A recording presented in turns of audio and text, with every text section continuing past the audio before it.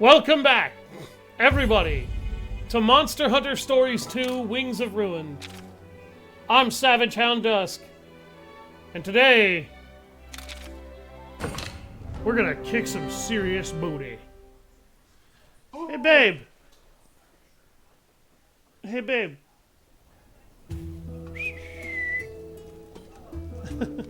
Would you mind cooking the egg rolls, please?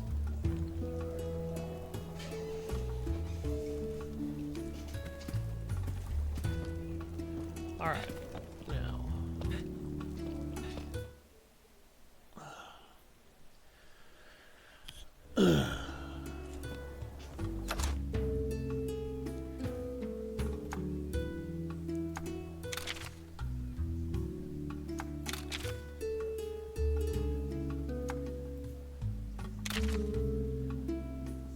There we go.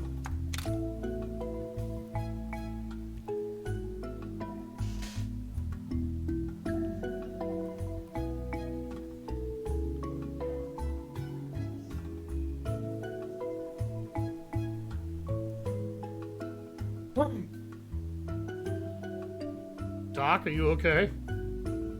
Huh? I said, are you okay? Yeah, it was just a little cough. Oh. It almost sounded like you had to fight throwing up there for a second. Okay. At least then I'd have any to not going to work. I mean... But I can't afford to... I can't afford to call it. Oh! Kana is able to gain experience points and be a battle buddy. That's interesting. Healing hum.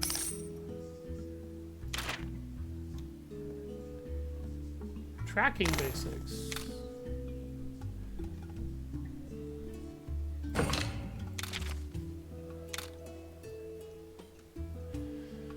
Okay, I need to get a few more of their commodities. That's their mixed honey, the king truffle, or the unique mushrooms.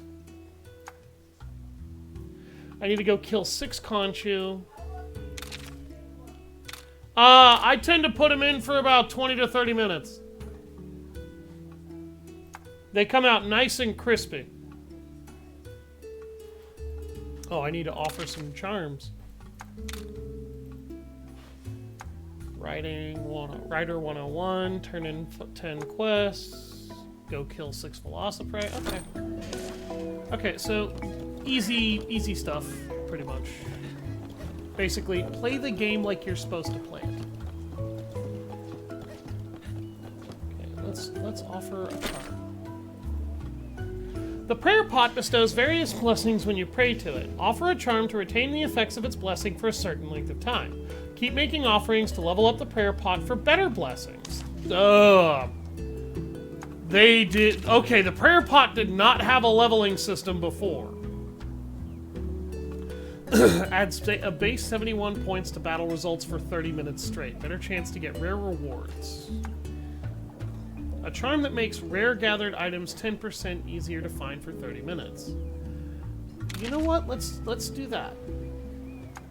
Let's offer 2 of them. So that will that extend it to an hour, I wonder? I don't know. We are now actually being encouraged to use this throughout the game. In the previous entry, you actually weren't really encouraged to go nuts with that because you weren't really going to be able to find that many. Actually getting charms was really, really, really rare in the previous game. And in the previous game, when you offered a charm to the prayer pot, it was pretty damn funny the results you often got. What I mean by that is you would get... Ooh, there's the king truffle. I'm done with the rare commodities thing. You could, like, when I put in a prayer item, I ended up getting a prayer pot that allowed me to quite literally just... It was supposed to make rare monster dens spawn more frequently. What that was basically code for was when you went out, rare monster dens were practically all you found. Not kidding. You pretty much only found rare monster dens when you went out, when you did that. It was obscene. And it was broken as fuck, and that's why it was extremely hard for you to be able to get charms until the game was almost over. So it's good to see that the charms have been integrated in a way where the player is absolutely encouraged to use them. They're now not quite as broken. They're something that is easily usable, but they're not quite as abusable. So I'm actually glad to see them make a return.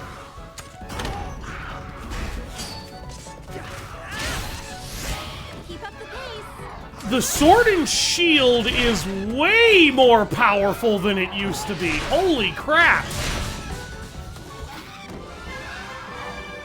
It used to be, it felt like that weapon barely did damage.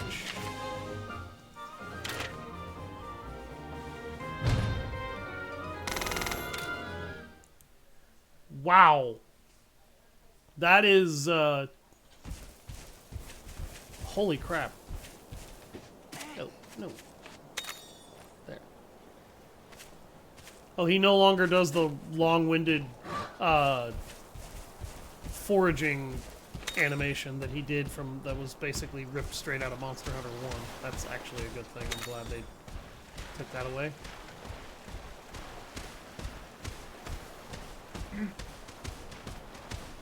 Give me those. I'll beat your ass!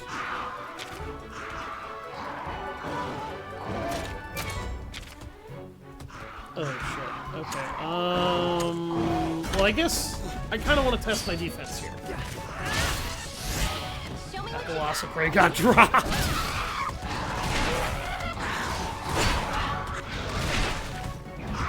That Velocidrome only hit me for 2 damage? What? Dude, I know I upgraded my armor, but holy shit! That's a huge jump! By the way, Doc, I don't know if you care, but Monster Hunter Stories 2 has a co-op mode. It's only for computer, right? This game was originally released on Nintendo DS, and it has also been re-released for the Switch. I don't think it's cross-platform, but I'm pretty sure your PC could run this game. I don't have it on. I have it on PlayStation. Oh, you have this game on PlayStation. Okay.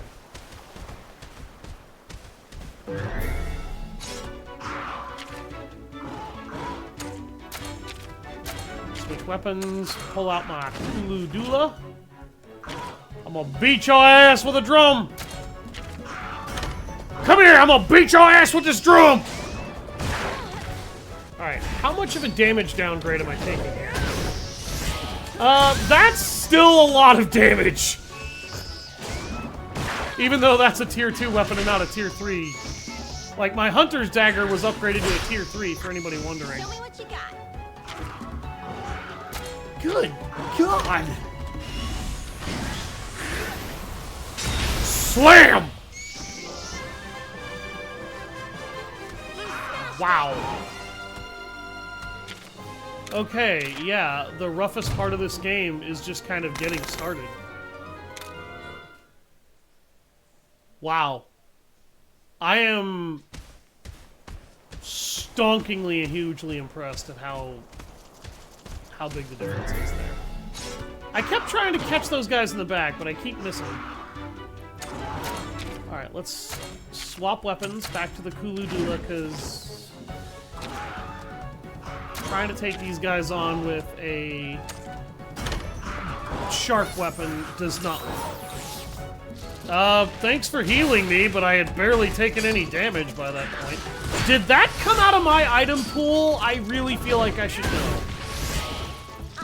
Jesus, I just one-shot that Conchu. Holy crap, yo. Okay, I can feel the power difference in my upgrades. Huge power difference. Jesus. Wow. Like, I didn't even really get to upgrade my armor, and my armor is already making me feel rougher and tougher.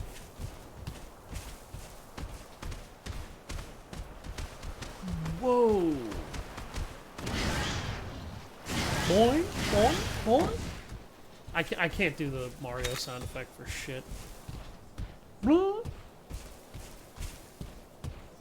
God, that sounded even worse. Yeah, I'm not gonna do that again. Snake bee larva. Not going in the cave, I just wanted to grab some snaggables here. I was pathological as fuck about constantly foraging for survival materials when I first played this. When I played Monster Hunter Stories 1, and I don't think that's going to change in MHS 2. Right. Let's go check out where these turf wars have been happening. Sounds good, but what are we going to be checking out? Well, obviously we're going to find some monster tracks. Monsters leave traces behind wherever they go. We can follow those to wherever the monsters are now. I forgot. Well, okay. But how are we supposed to follow a trail in such a huge When area? like, if you use the arch militant, worries. could you I've got us covered. hit could you like do a single, You ever hear of scout flies? like just do like Once a you find the single trap, person attack with a these melee little and fellas switch will over do to the a rest. shotgun, and it would still For increase real? versatility? And anyone can use these flashy things? Even my buddy over here? Of course. They're a vital part of any rider's toolkit. One moment. Here, take some. Wow. Scout flies. Wow. So, scout flies are a hunter's Once we tool. find some tracks. It looks like these riders have been taking a lot of cues from hunters, but tracking stuff is also just something that I feel like you'd come by naturally. Scout flies were created by the developers later as a ways of kind of improving quality of life on hunts. Monsters leave behind tracks such as torn up grass or dung. Scout flies can guide you to monster tracks with their light. Once you find enough tracks, the scout flies can lead you to the monster that left them. Scout flies flash red and stop guiding you when spotted by a large monster. If you defeat the monster or get away from it, the scout flies will return to normal. Okay. So, the answer to that question, Doc, is yes. Basically, anytime I played as the Arch Militant, anytime you swap weapons for any reason, you can automatically... It automatically adds versatility. As long as you're alternating your weapon every round, which initially I was terrified of because I was like, that's going to make this class so tedious and so difficult to work with. It's actually not. No, I just need the yes or no because I already thought of. Yeah, because, and my best recommendation for Arch Militant would probably be the Warrior class, just so you can get charge, which makes doing that and taking advantage of it easier.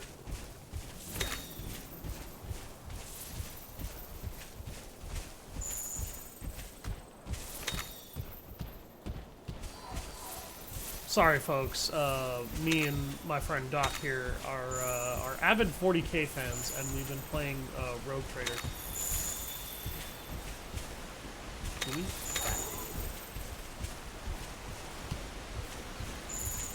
Surprise, Dodo.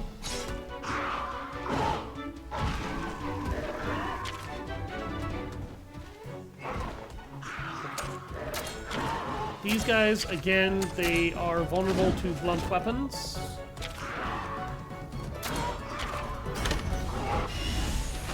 Oh!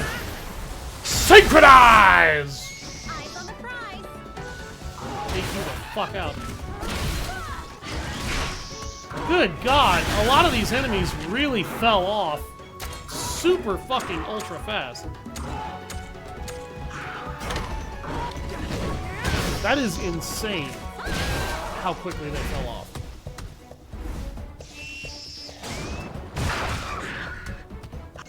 Eyes on the prize. He died from those.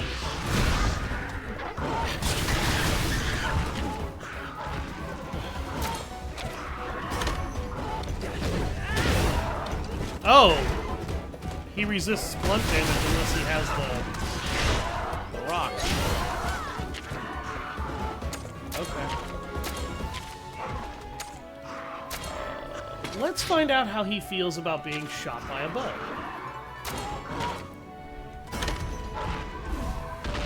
Oh, he pulled out the rock.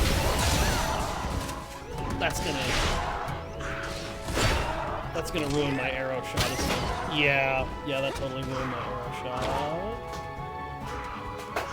Oh. Oh my. My quest for a chair that doesn't fall apart when I fucking lean back in it, I swear to God.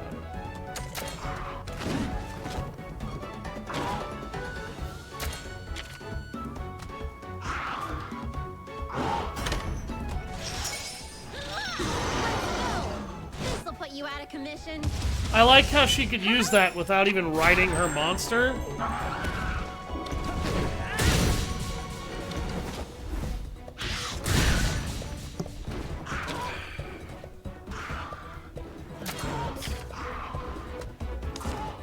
Okay. Pull the bow back out and actually see if the bow works on him normally.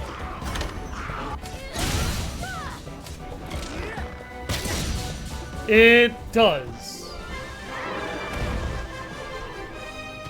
What a heart-pounding battle.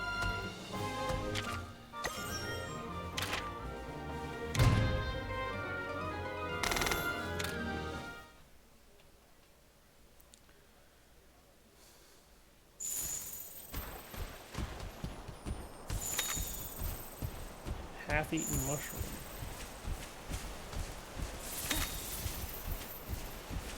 Fruit bone.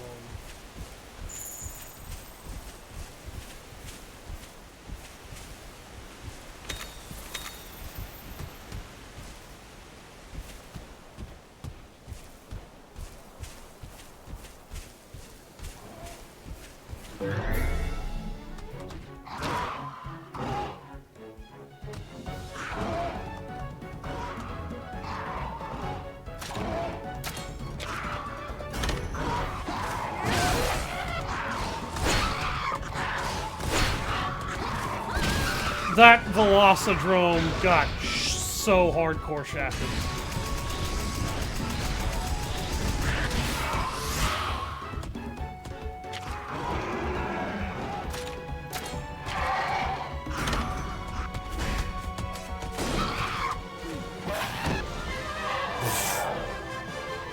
Kingship always wins.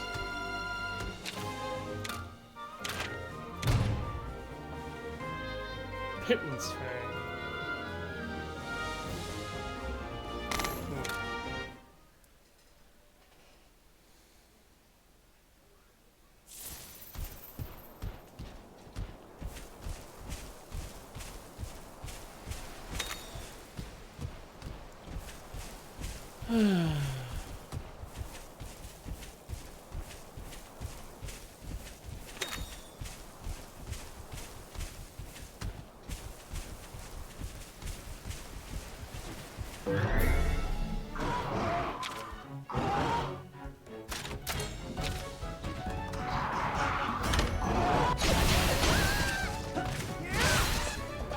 Keep up the pace.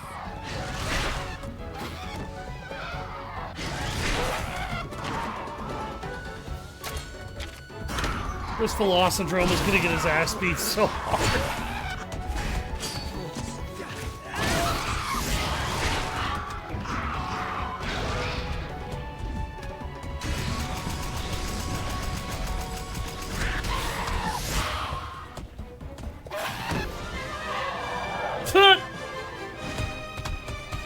That one's doing its den retreat, which...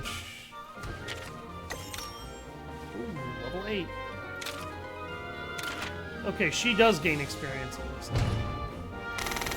Maybe. I think they were level 7 when we started with us.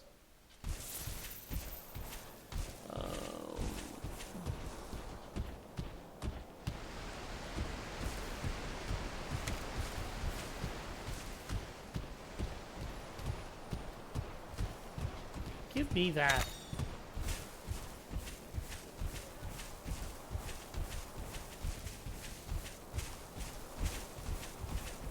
She's looking at you dead ass and she's going, Mom, I'm not okay with this.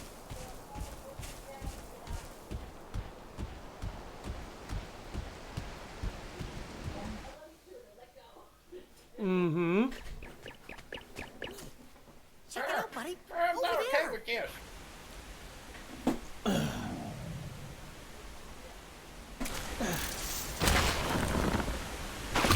Oh, that is a very angry Yin Tutu. Slowly now. Also very hungry. Sneaky. Thanks, Naviru.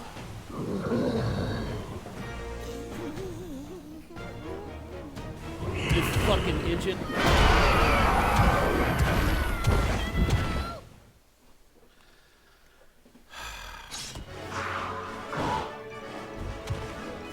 Lucky for you, this ain't my first rodeo. Although technically it's my character's first rodeo. What? Yes. There's freaking 8 of them. Normally I don't eat more than 4 or 5.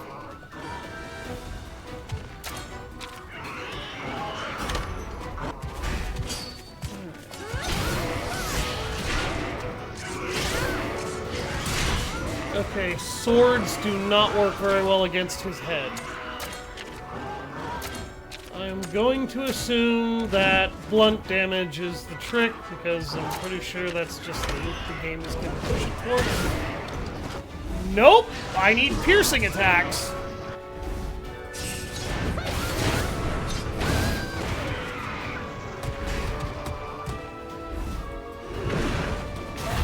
Fireball is now no longer an attack that does not have some kind of part of the triangle to it now.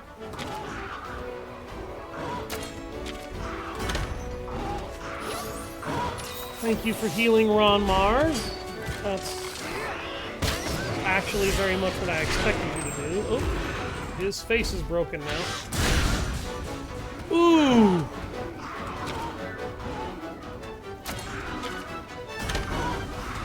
Now we're shooting his main body. Damn!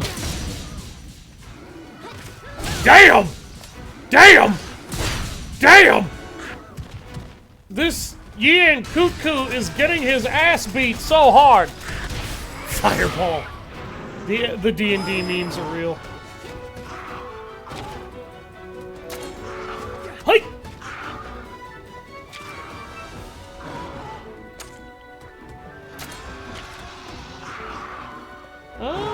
Okay, so piercing works just fine. Velocity Crush. This'll put you out of commission.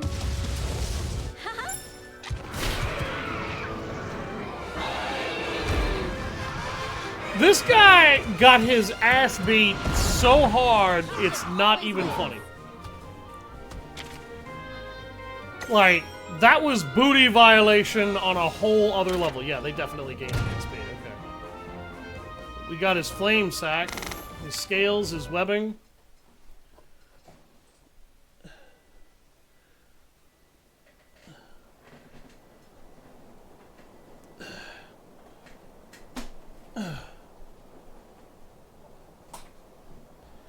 It's a great chance for you to grab an egg. You're not burning by your face off? That's the goal. Thank you. Came out today like fucking hot. Yeah, no shit, they're fucking hot. That's how I like them.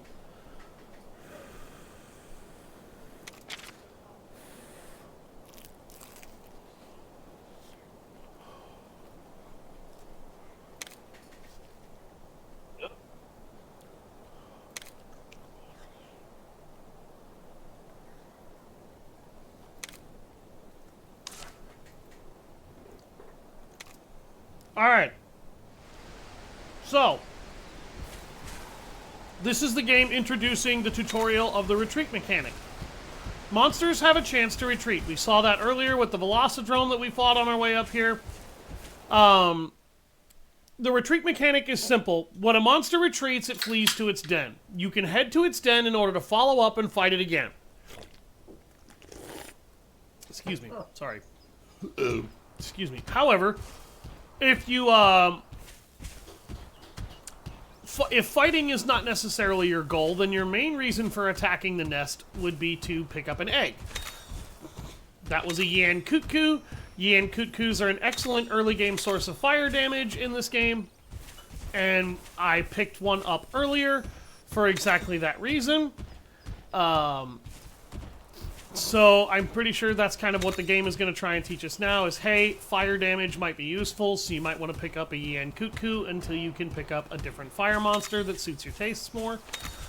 And the game is 100% absolutely right.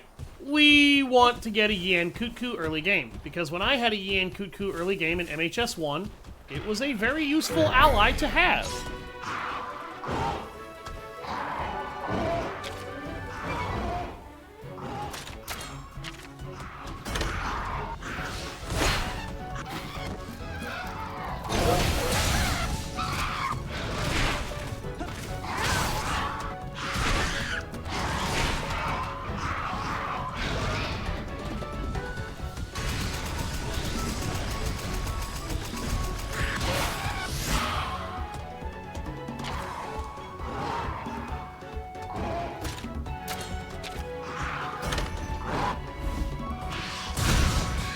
Damn!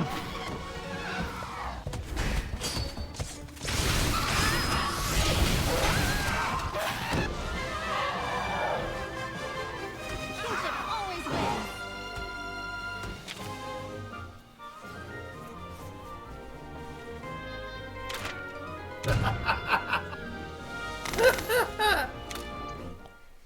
Well, the divine watches over us.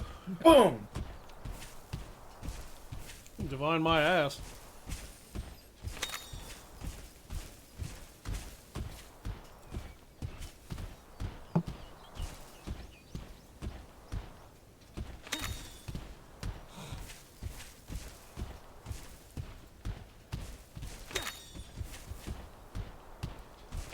Give me that. Give me that.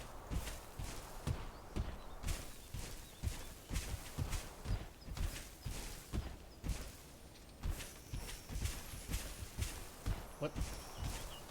Oh, there we go.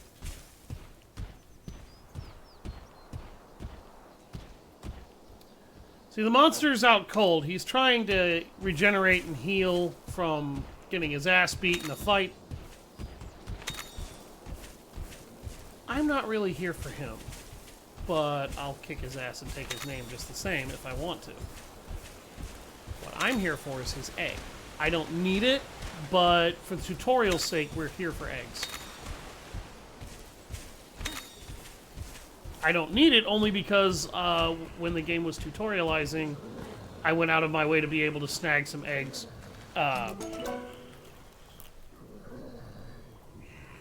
Earlier.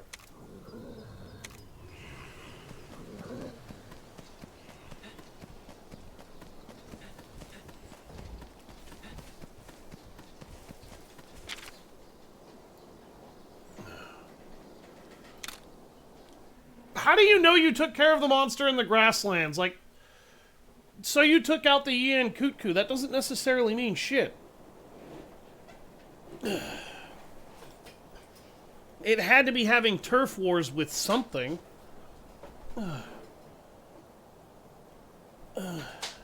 the damage is done. Damn it.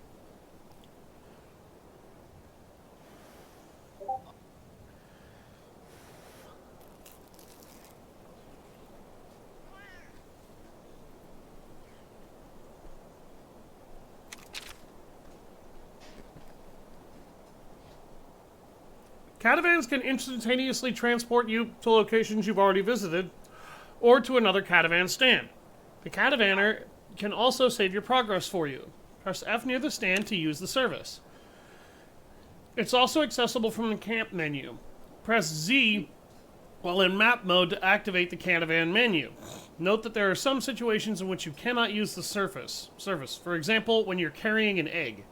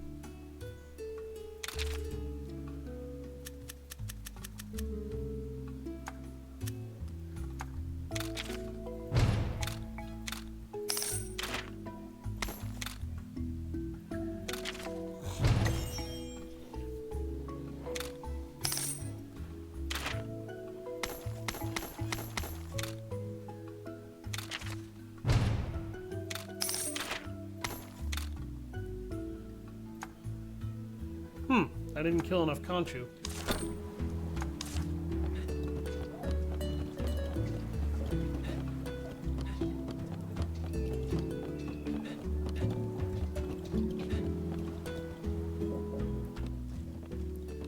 Chief Gara, we're back!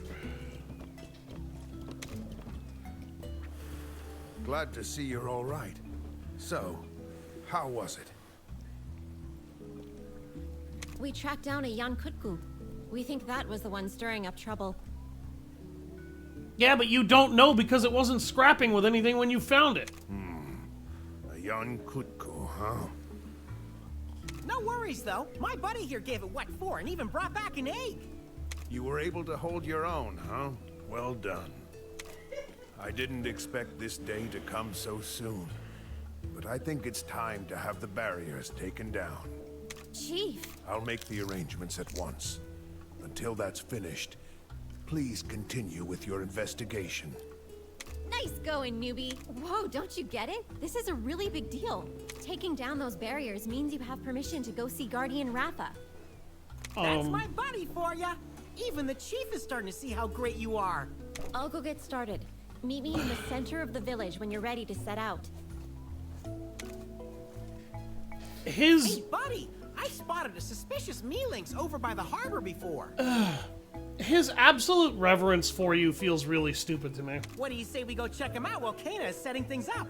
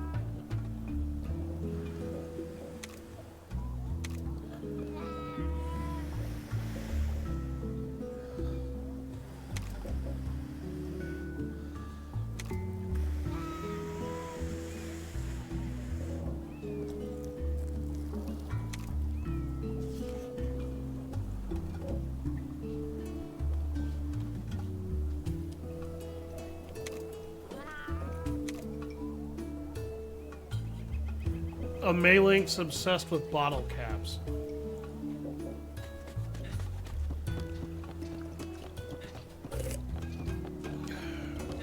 Well, last time it was a guild master.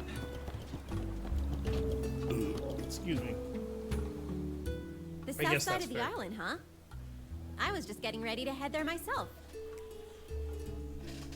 Perfect. We've got a date with an Everden. Wait, you mean the South Kamuna Everden? That place has kind of a notable history, you know. What kind of history? Something bizarre happened there years ago.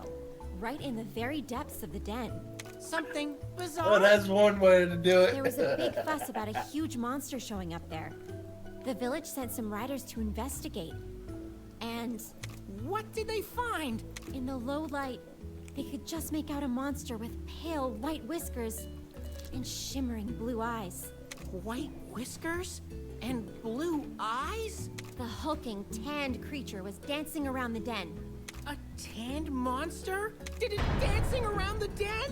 What kind of monster was that? White whiskers, blue eyes, nice tan? That sounds just like Chief Gara. Yeah, turns out that's what it was. Huh? You've gotta be kidding me. How could they mistake him for a monster? I know, right? Complete lack of respect. He just laughed it off. But the riders who'd hyped themselves up for a battle didn't find it so funny. That dance must have been pretty peculiar to fool everyone like that. Nobody had ever seen a human move like that before. He was more like a fanged beast. Whoops, now I'm starting to sound disrespectful. Anyway, how about we get going? Here's hoping we don't run into any actual monsters. Nah, Naviru's not evil, he's just annoying.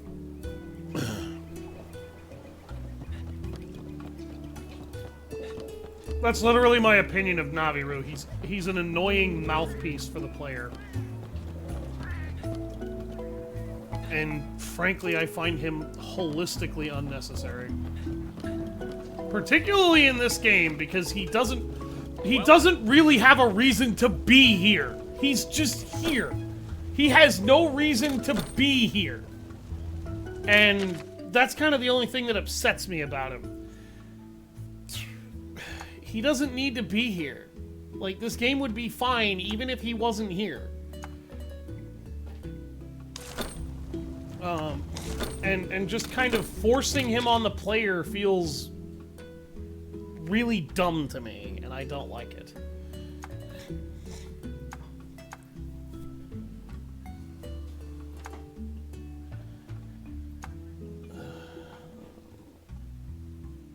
Glad we agree. Sokka from Avatar: The Last Airbender was better comedic relief.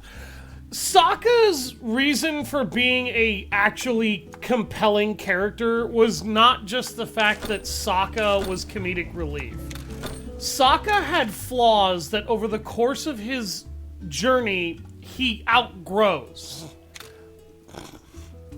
Sokka grew to be a likable person through experience and perseverance and understanding where he was wrong. The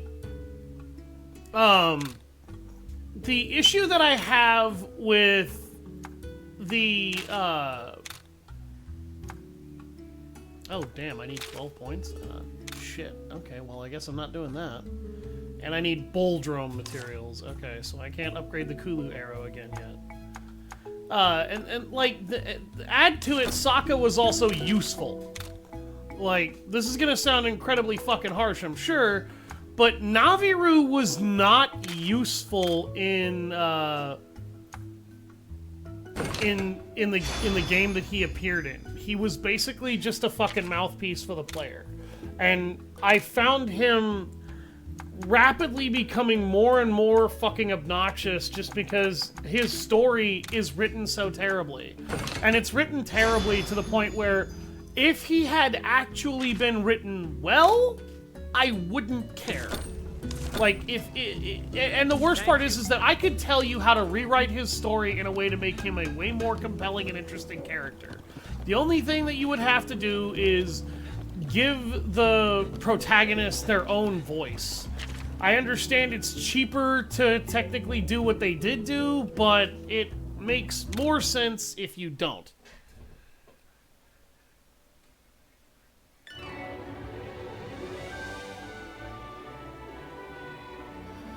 Rudy in the next Stories game is not going to be much better. I don't know. I haven't played Rudy. Or I haven't seen Rudy. I have very specifically been avoiding all the details about Monster Hunter Stories 3 so that I can experience the game completely fresh. I have never played this game before. I played Monster Hunter Stories 1. I've streamed the entire thing. It's over on YouTube if you want to go watch the stream through. I don't do too bad at it, I don't think. I actually feel like I'm actually kind of proud of how that stream series mostly came out.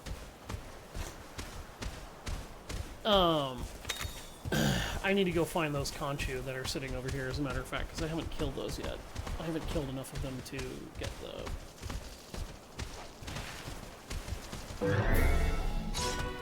the side quest.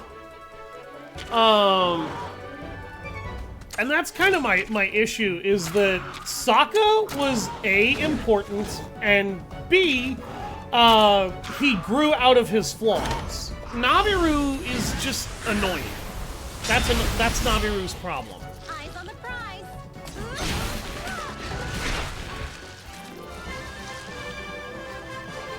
What a heart-pounding battle.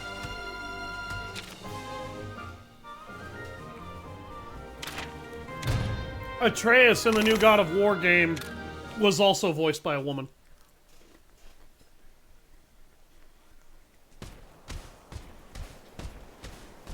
Ash Ketchum was also voiced by a girl.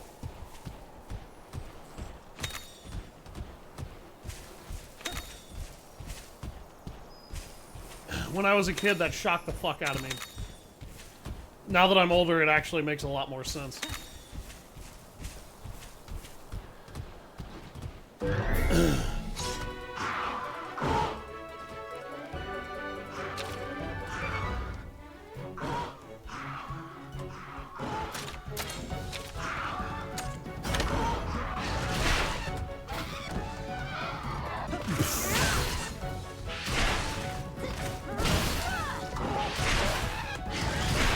I'll be right back. That's the way.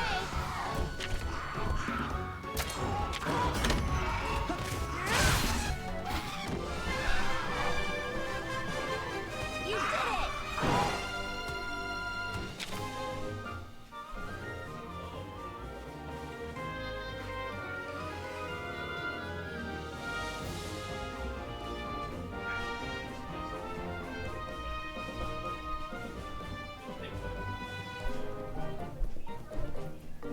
Yeah, that can work. Okay, sorry about that, guys. I needed to blow my nose. I didn't want to make a mess with the controller or the keyboard. Only the South Park kids sound like boys. Haven't played one, but plan to. Okay, I won't spoil the first one for you. The first game is pretty good. It's a lot simpler than this one. So if you played this one, going to MHS1, the only thing I will say, and it's not a spoiler, is the game will feel a lot less complex. And get ready for your rider to feel weak compared to in this game. Bottle caps can be found inside treasure chests in the special monster Everdens. There are multiple Everdens in each area. The locations don't change, and some contain more treasure than others. Okay, well, this is a new mechanic. This is not something that exists in Monster Hunter Stories 1 either. In MHS1, pretty much the way you found bottle caps was either in treasure chests, rescuing the myriad Poogies scattered all throughout the game, or completing very specific side quests.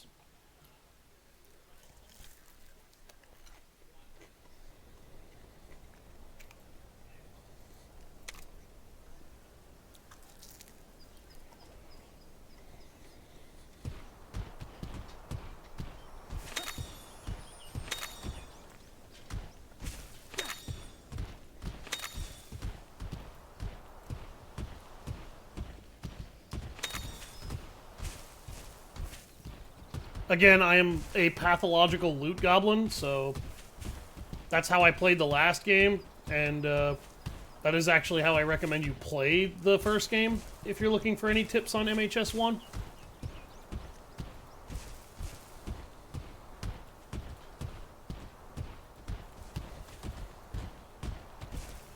Surprise!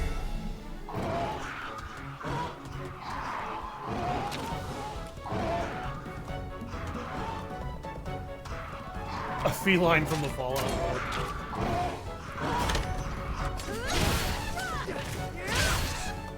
Eyes on the prize. That's the way.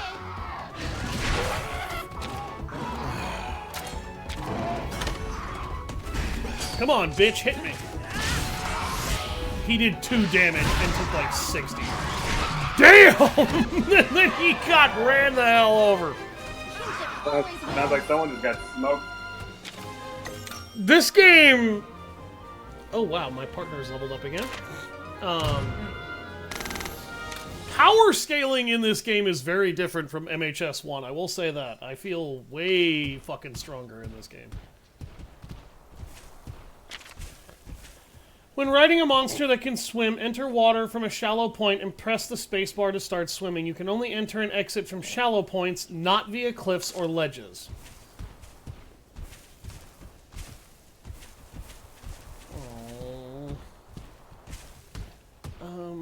I don't think I have a monster that can swim. Royal Yeah, Loot no, drop. none of these guys can swim right now, so I can't touch that chest.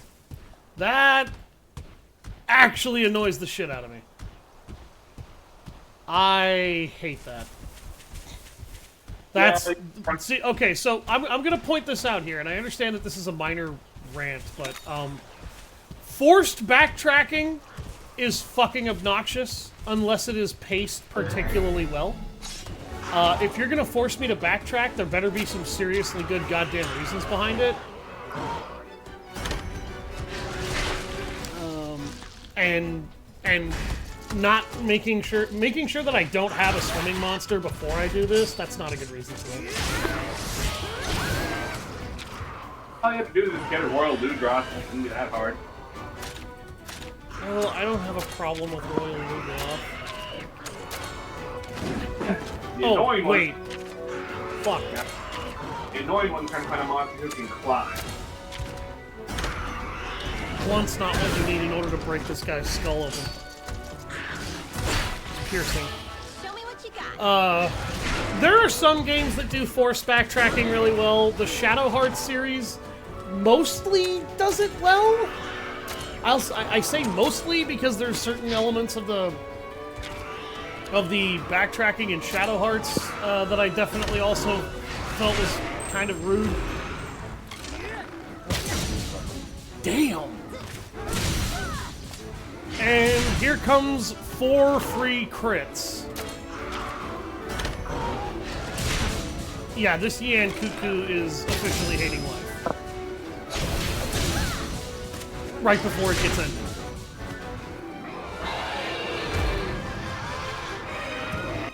Kinship always wins.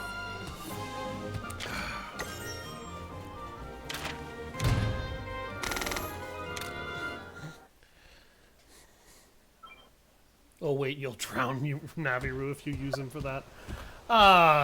Look, I don't like Naviru, I don't. But it's mostly because I find him annoying. I would never kill Naviru. He's obnoxious, not, like, you know, douchebaggish.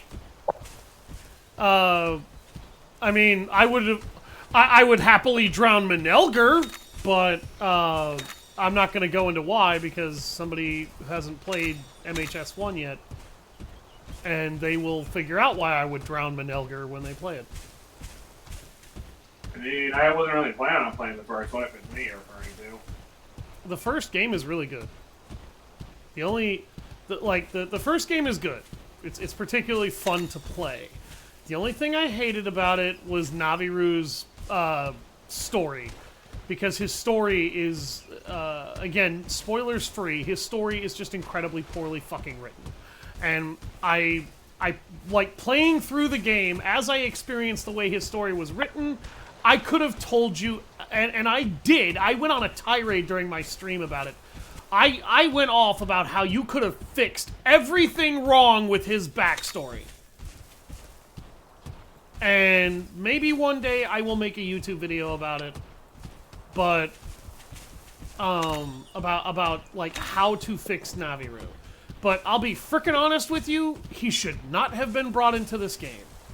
He has zero reason to be here. It would have been better if they had given us somebody who was a little bit less obnoxiously annoying, because Naviru, after a certain point, starts to feel aggressively irritating to listen to. And he is literally, and it's even worse in this game, because he has no reason to be here. He is literally a mouthpiece for the player. They gave your player a voice for grunts, hooting and howling, but they didn't give your character an actual voice for their own dialogue. Instead, they hired somebody to play an annoying talking Palico, and I say an annoying talking Palico because the Palico in Monster Hunter Wilds, when they speak English, the only problem I had with that is that they sounded too human. It sounded like I was talking to another person, and I have seen the original games where they have dialogue where they're clearly trying to sound like a cat trying to sound human enough to a human to be understood, if that makes any sense. What monsters do I have right now? Here, I'll show you. I have a Velocidrome. I have a, I believe this is a Kulu Yaku. And then I have a Yian Kutku and an Aptonoth. The Aptonoth, believe it or not, is a tank/medic.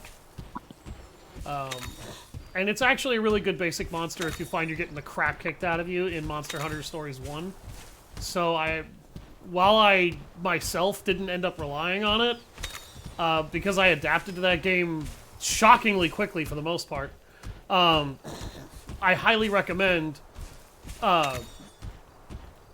picking up an Aptonoth in the early game at least for having a healer, and then trying to pass his healing skills on to a better tank like maybe Arzuros. Because Arzuros can self-heal. If you could give him the ability to heal a teammate, Arzuros can now do everything the Aptonoth can do, but he's also a decent offensive fighter.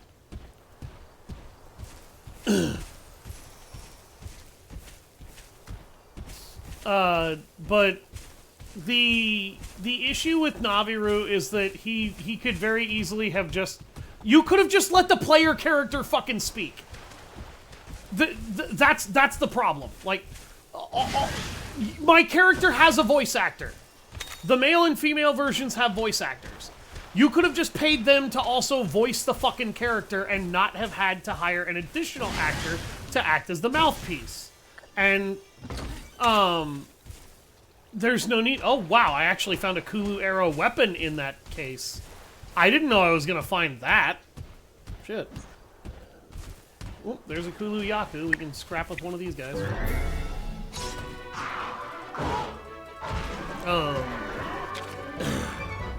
Literally the same. I got so mad I already made one. Well, I mean, that's the thing. Like, I don't have anything against Naviru on a personal level because he's poorly written in the sense that because he basically exists to be your mouthpiece, his story is written in the most contrived, dumbass way possible. And it's written that way largely because I think this game was geared towards children and teenagers. This game was clearly geared towards a younger audience than your average Monster Hunter. Like, obviously, teenagers could play Monster Hunter and not have an issue, but that's also not the point. The point is that teenagers and kids, you don't, like, a lot of story writers in many games often feel like they don't have to put in the same level of fucking effort to the story with younger kids' video games, and you don't in order to make the kid happy. But this is also a series that predominantly exists for grown-ass adults too. And you kind of have to be relatively competent at this game series to do that. And his story is written so stupidly that the whole time I was experiencing it, I was just like, oh, well, you could have just done this and that would have made sense. You could have just done this and that would have been unnecessary. You could have just done that and this wouldn't have been needed. The vast majority of his story is, why the hell did you do that? You Put you out didn't of need to. commission. You could have just done it like this, and not only would it have made more sense and entertained your older audience, it would have still been able to entertain a child audience, because you're under the apprehension that a child audience is stupid. That's what it felt like. I feel like a lot of game developers, when they make games for kids, they feel like that because a kid is stupid, they can't keep up with a lot of the stuff that's there. Children are actually fairly smart. And if you treat them as such, if you challenge their intellect, you can make them smarter. Don't write a story that's dumb for the sake of amusing a kid. You don't have to for it to be good to them.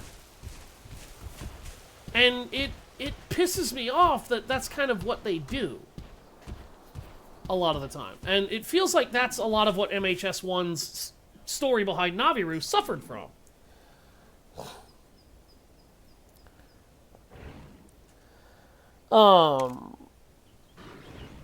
Yeah, like, if you enjoyed Pokemon, this feels like a more adult version of Pokemon to me in a lot of ways. You're right about that. That's actually a really good thing to say, Loppy. This is definitely a game that requires a little bit more strategic thought and maturity. And MHS1 in particular definitely feels like Pokemon for adults. In terms of its gameplay and its mechanics.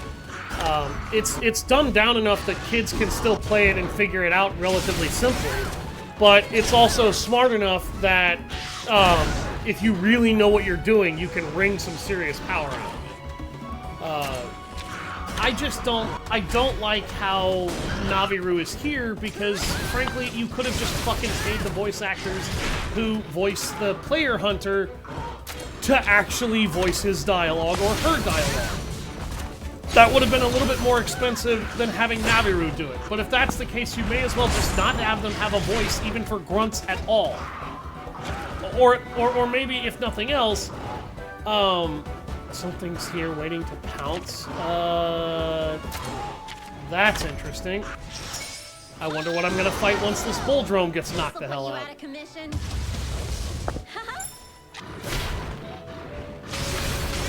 Yeah, she didn't even kill the Bulldrome. Oh, Loopy. Oh my god, I misread that. I'm sorry. Oh, shit, it's an Anjanath! Oh, dear God. Alright, shit just got real. Son of a gun, Lance. I like that one.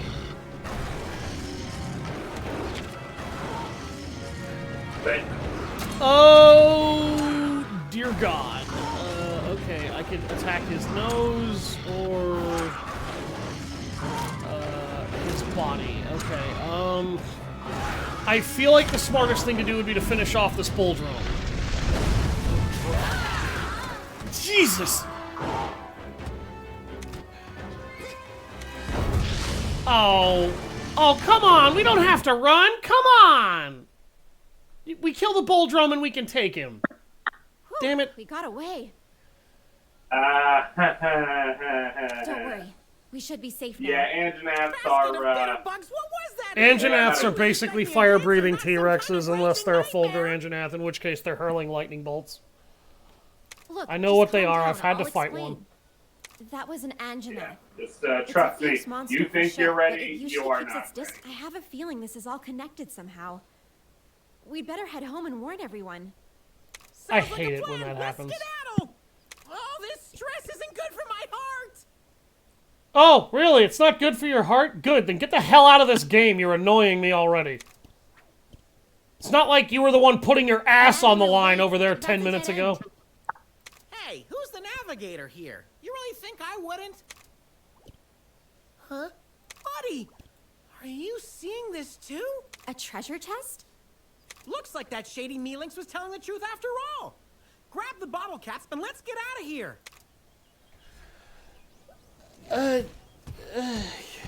Oh, okay.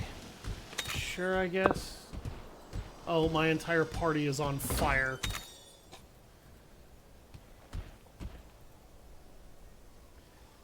We may as well take an egg too quick before the Anjanath comes back. Yeah, let's dare to be fucking stupid. You know, the Anjanath was right here. All you did was blind it. Let's just grab a fucking egg and try to escape while we've got one.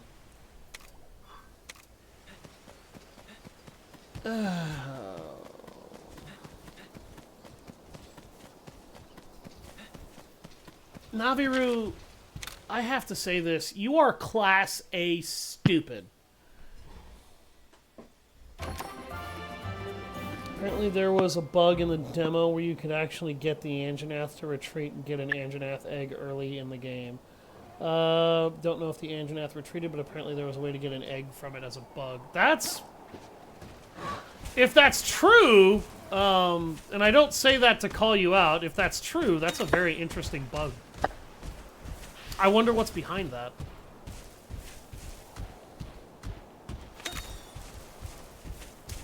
I love finding out the weird jerry-rigging stories that go on with people who code stuff.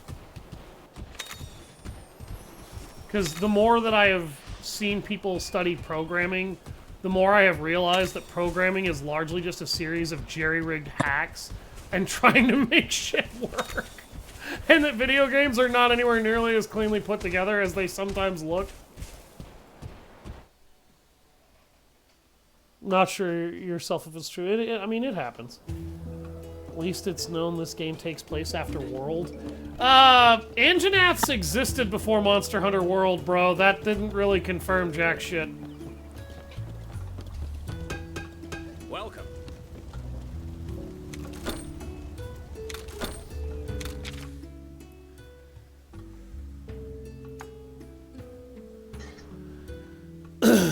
Ooh, I could make a fire bow and arrow. That actually sounds like a good idea, kind of. Not gonna lie. Chicken decapitator. That's a goddamn... That's a weapon name. The Chicken Decapitator.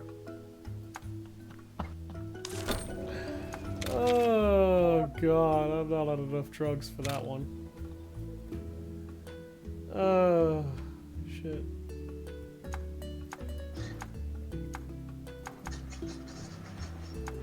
They finally got me. Oh, I need to go kill more Aptonoths. Well, I guess I'm gonna go murder more defenseless herbivores.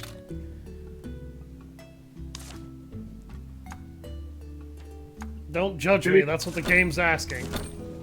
To be fair, those herbivores ain't exactly defenseless. No, but they're not actively ever trying to kill me or fight me.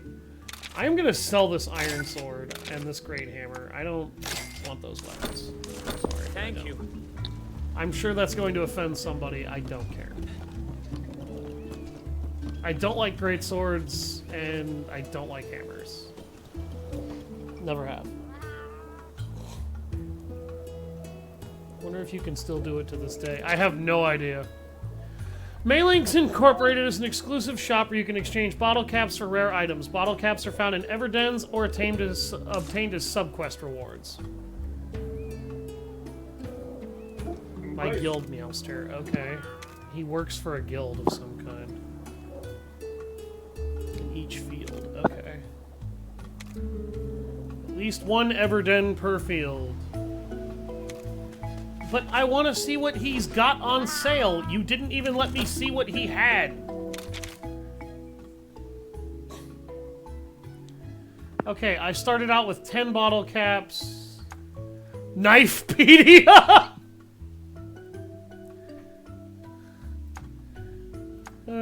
Pitfall surprise, tranquil surprise, shocking surprise, funky coot coo. What? What? You can get new hairstyles from this too?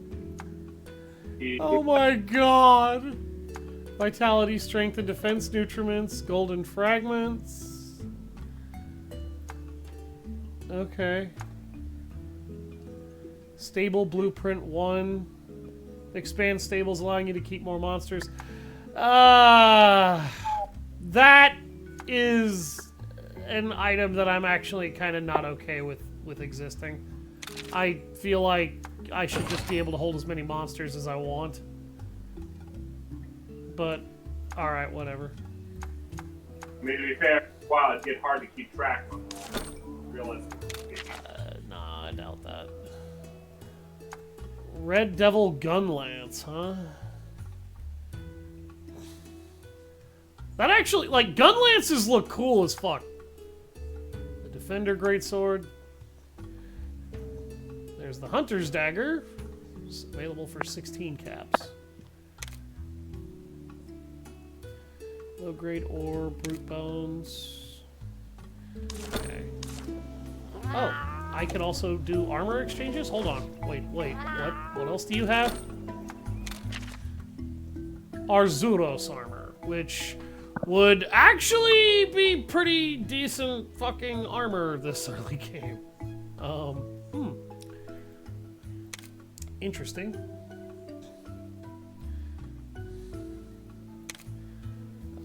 Because that Velocidrome armor has been upgraded twice, and Arzuros is still better. Exchange for talismans. Oh, what? Oh God! I almost regret buying the stable expansion. Fucking self-heal every turn talisman. I'm heartbroken now. To be fair, it was probably typical. Regeneration is always useful, unless it's the regeneration ring from Dark Souls. Oh, hello. In which case, it's ass. It's ass largely because of how fucking slow it is. Make a sword and shield out of the bones you've gathered. Oh. Okay. Let's go make a sword and shield out of the bones of monsters that we have slain. Because we're edgy. To be fair, that's what Vikings did. That's exactly what Vikings used to do, and it was actually a good idea. I'm just being a jackass. Yeah, Vikings used to actually melt the bones of animals they had slain into their forged weapons. The carbon from those bones actually reinforced the iron and created a primitive form of steel. Yes.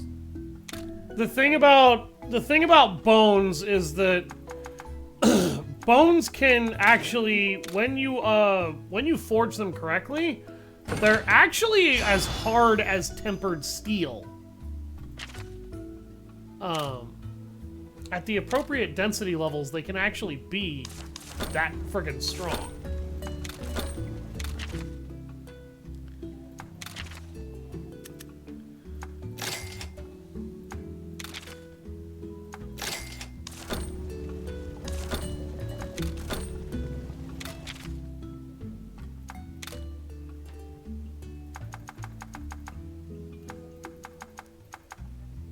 And that is a real-life thing. I'm not just making that up. Sword and shield, hunting horn, and the bow. Yeah, that's basically what I do. You have to equip it to... Yeah, I thought I'd upgrade it just to see what would happen if I did. Upgrading in this game appears to be substantially less interesting than in MHS1 so far. Oh, wait, I need to go talk to that idiot in order to get my sword and shield combo. That's interesting how. What, Fox? That's interesting how. When you upgraded a weapon enough in MHS1, it could transform into something even more powerful. It doesn't appear to work that way in this game.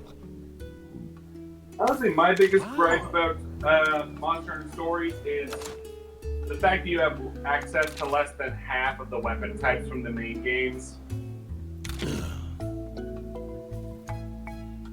Yeah, I know.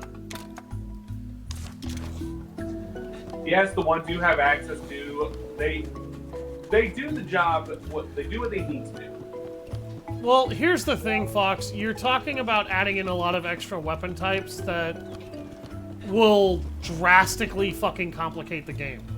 Because you have to come up with reasons for every one of them to exist, be unique, and you have to come up with quests and techniques for all of them that make all of them equally viable and unique. And when you start adding in 10 or 12 extra weapon types, there's at least, I think, 6 additional weapon disciplines that are not in this game. You really start to make that very complicated. And these games were originally designed for handhelds. There are 8 different weapon types, or They don't there are look 8 so different hot. weapon types that are missing. Something There are a total must of have 14 in the Monster Hunter games. You have access to 6 in swords. Sword and shield, dual swords, Kinsect glaive, long sword, great sword, hammer, hunting horn, bow and arrow, light bow gun, heavy bow gun, gun lance, regular lance.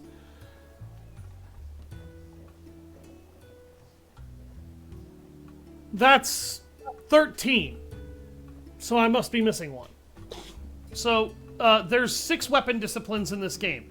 You're talking about adding 7 more in here, and now you've got to make each one of them unique, viable, and appropriate. And again, these games were originally designed for handheld consoles. Yeah, I know. I guess I'm just bummed that none of my mains actually got into the game.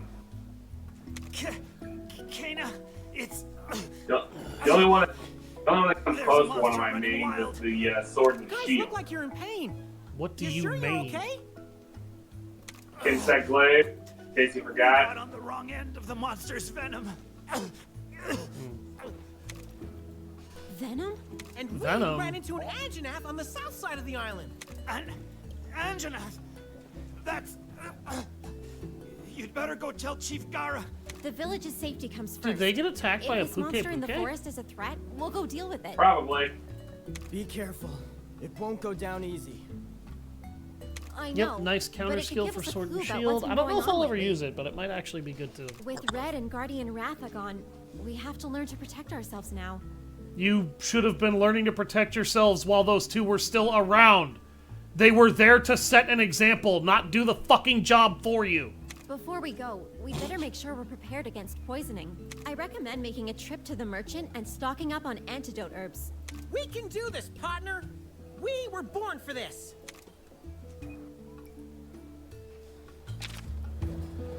A ferocious Anjanath suddenly appeared, and surprised by this turn of events, you hear of another monster acting strangely. Is this an ominous sign of things to come? You head to North Kamuna Forest to search for answers.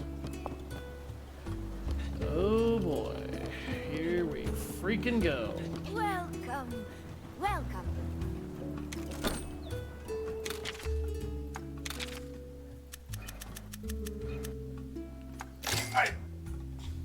Before I got this game. Oh my god! Whetstones are actually worth using in this game! They sure as hell weren't worth using in Monster Hunter Stories 1! Was it? 1. In MHS1, when you tried to use this, it gave you a 50% increased critical hit chance. Here's the thing. That crit chance existed for exactly 1 turn, 1 attack. In this game, it increases your critical hit rate by a significantly reduced amount, but it increases your crit rate for 5 turns, which is much, much more useful.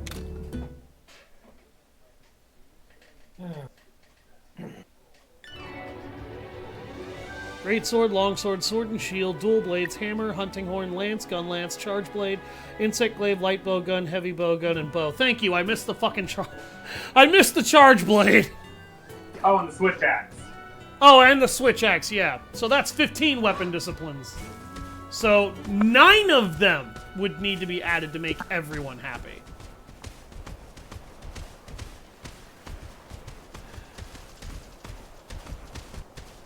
Like, you're talking 9 disciplines that need to be added, Fox.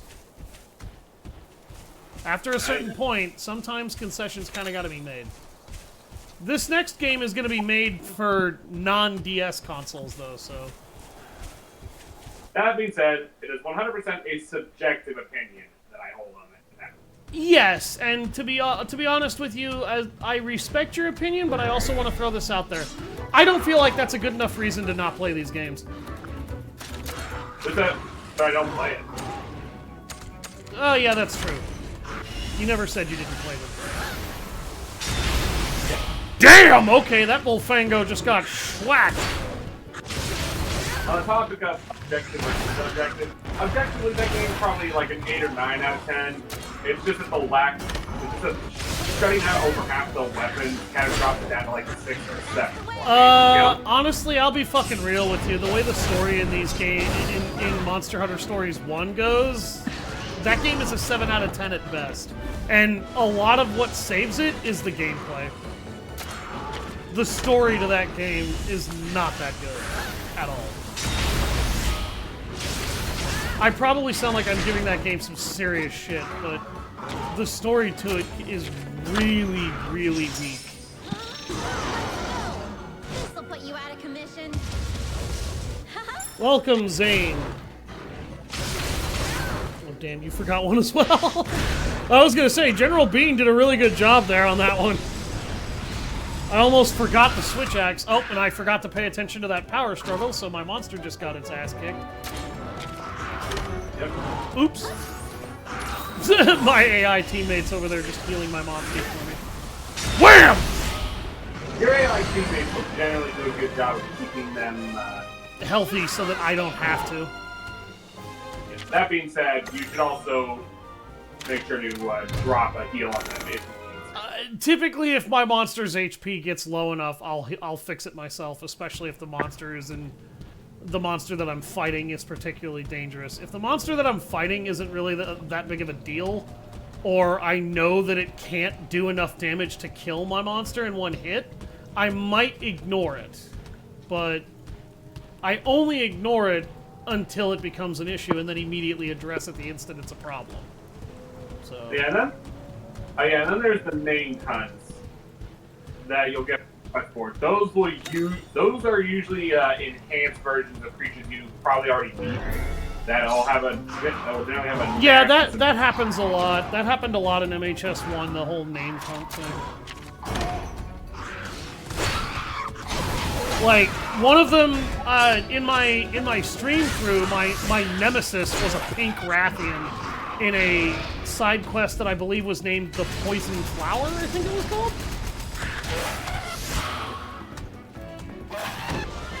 People give games like this shit all the time.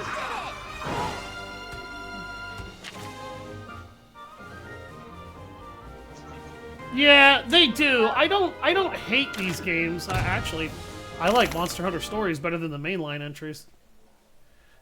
I feel like this is actually a better way to take advantage of the Monster Hunter license, but that's just because I like capturing and using and fighting alongside really big, powerful creatures that are uniquely designed and interesting to look at. And if there's one thing I can definitely say Monster Hunter is good at, it's giving you a wide host of monsters and creatures to not only fight, but that are interesting to fight. And interesting to see. Like, the design ethos is incredibly good in these games. Damn! Triple critical. Schwacked. That dude just got absolutely shreked. Holy shit.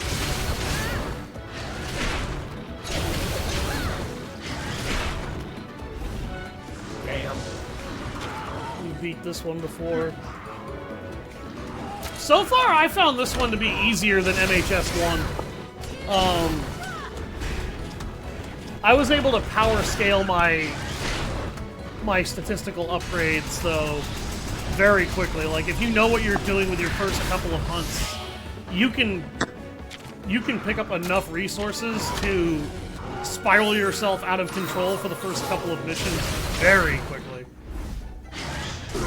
Add to it that you often get a battle partner who also has their own monster, and power scaling just kind of shoots itself into the fucking stratosphere.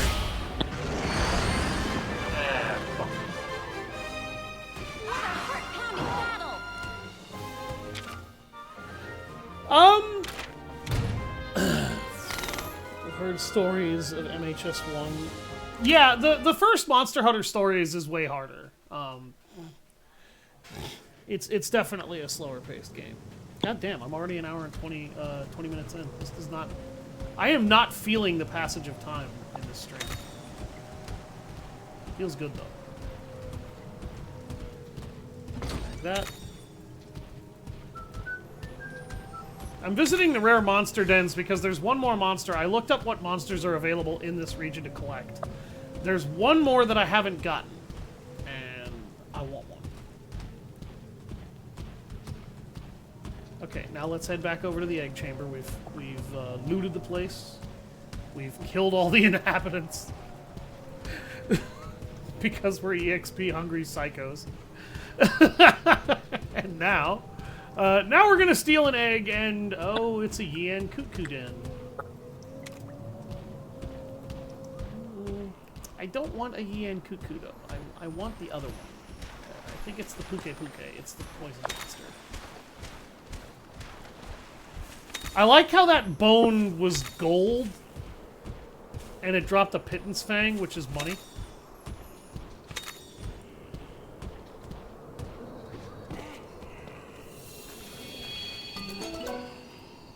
Yeah, I believe the Pittance Fangs are meant to be sold.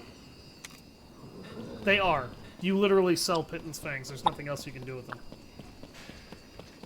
Sure, tell me a fun fact, Zane.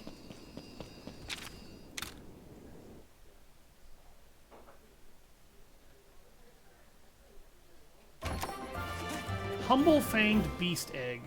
Okay, that does not sound... Okay, so this is the Everden, and I've basically got everything I can get in there until I can get a swimmer.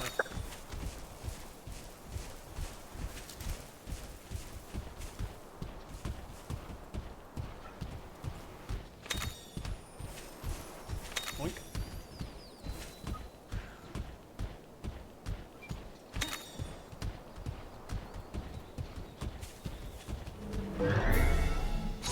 I'm sorry, Aptonoths. The game is making me do this. I have to kill you. Oh my god. Avnar one-shot one. I like how Kana is using a poison sword.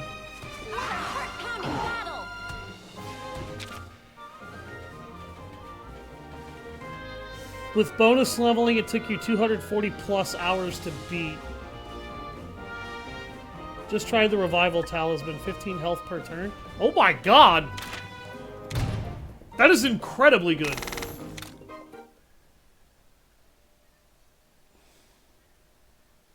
Fucking 15 HP per turn, goddamn. Includes Elder Dragon Dens. So was that you literally trying to like 100% the game, or were you just trying to clear the story? Because the only thing I'm going to stream of this game is all the way through the, like, everything I do up to the story ending. If I get enough requests for bonus content, I might do the bonus content on it, but I don't know if that's going to happen. I want to be able to be ready in time for Monster Hunter Stories 3. What, Fox? Has that been announced? Yeah, that's been announced. That's happening, man. That's confirmed. I'll have to look that up, just to be sure.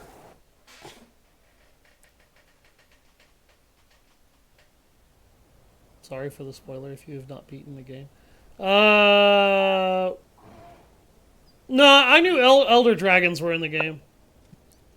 They're in every game. Story plus max out your level and everything. Oh! Oh, you were... Okay, so you were literally doing a 100% absolute pathological clearance. Okay, so this game is not going to take that fucking long. Damn! Defeated 100 monsters! I got that the instant Havmar face smashed another Velociprey so hard that he killed it instantly. Jesus Christ. Just one of those wham! Achievement unlocked. So you have chosen for your first monster? You can already pre-order Stories 3. The game doesn't give you a choice on your first monster. It gives you a Velocidrome to start in both games. And I know. what? Sorry. What? I didn't ask what did you choose. I asked what would you choose. Oh, what would I choose? Yeah. Start. Believe it or not, actually, I feel like a Velocidrome is perfect for a first monster. It is a pretty cool one. Number one, the main, and I'll go through the reasons why I feel like a Velocidrome is good. Number one, it's a very small monster, so it's easy to handle for beginners. Number two, it's fast and agile, and its leaping talents will very quickly get you to realize that your monster is not only a powerful protector, he's also very agile, and there's a lot of places he can help you get to you couldn't on your own. Another reason why I think it's an ideal monster is because it has a pack mentality. This creature is built mentally to have a pack mentality, to want to be around other critters. You want that in a first monster for a beginner because if you've raised enough of them with everybody else or around people before you give one to a newbie, a pack mentality creature isn't going to think twice about the monster tamer being a part of the pack. It's just going to accept you in that regard. Now, getting it to listen to you and follow your orders is another thing altogether. But that is where you can, you know, that's how you iron out your rider training. I don't feel like most other monsters in these games would be good for a beginner just because they're larger, most of them are much larger, most of them are much more independent and much more violent. A Velocidrome is predatorial and aggressive, but you can easily take advantage of its pack mentality.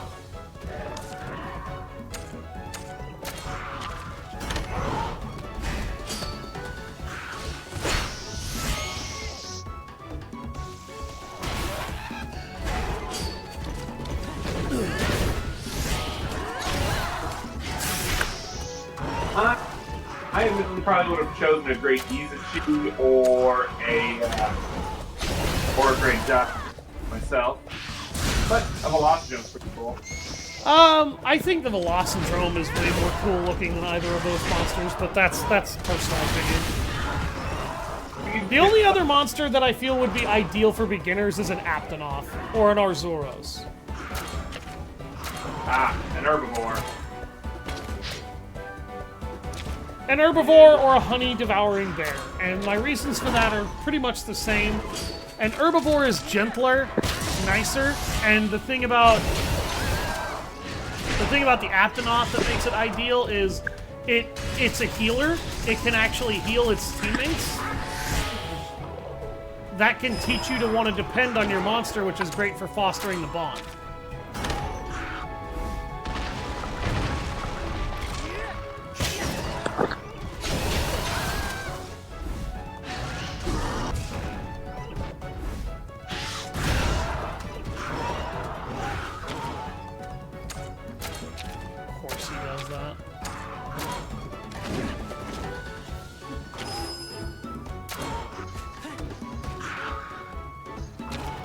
I've let the AI do this plenty. Now I'm gonna do it.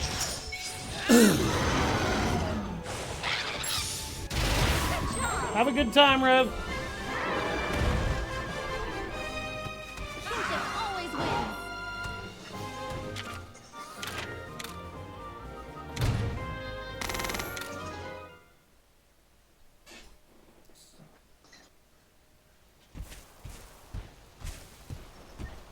Ooh, what? Oh. Talk about a juke. Are those all oh, they're just Velociprey. I was like, did I just somehow run into 3 dromes? No.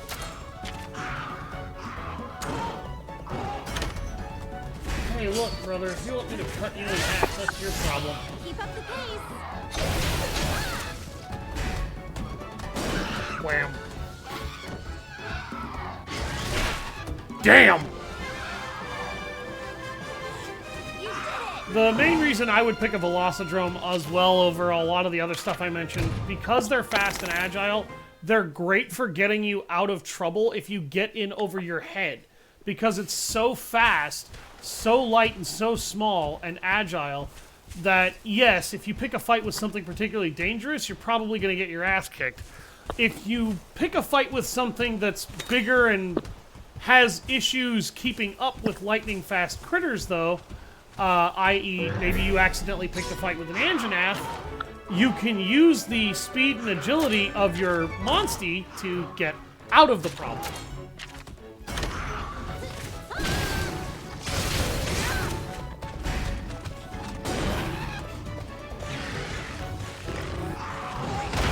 Now, if you're asking me what monsters I would want on my own personal team, when I had seasoned myself enough to do it, I would probably take a Tobi-Kadachi, a Legiana, You smashed it! either a Rathalos or possibly even a Gravios, and a Rathian.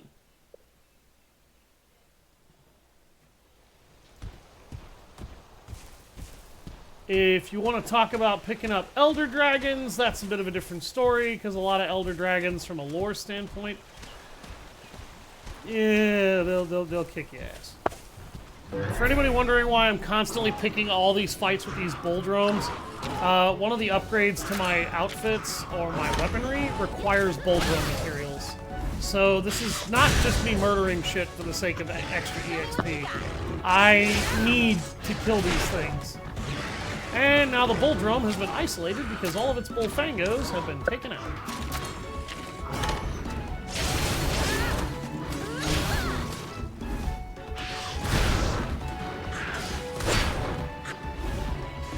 Man, Bulldromes are tanky.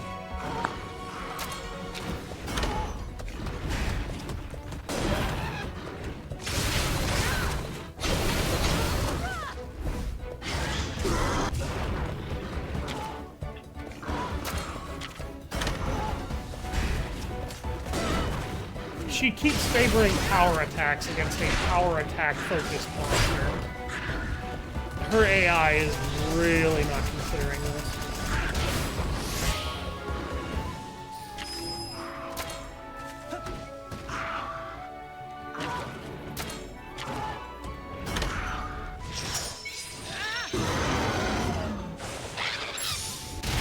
Nice one! Feel the power of Liu Kang's bicycle kick in monster form. Another heart-pounding battle! Show me. Yes, I just made a Mortal Kombat joke. Don't judge me.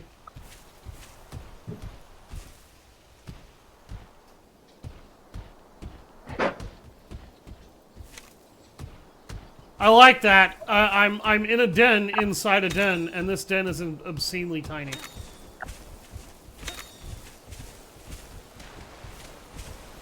Man, it feels like work. Where are you showing? I'm taking you to my office. It's an office inside of an office. It's an office inside of an office. Quite small for an office. Yeah, it's my own little slice of heaven. Called the receiving area. Oh my god.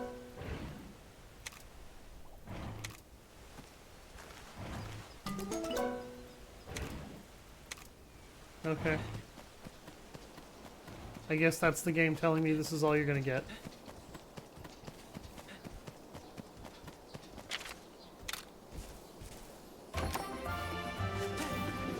Humble Fanged Beast Egg.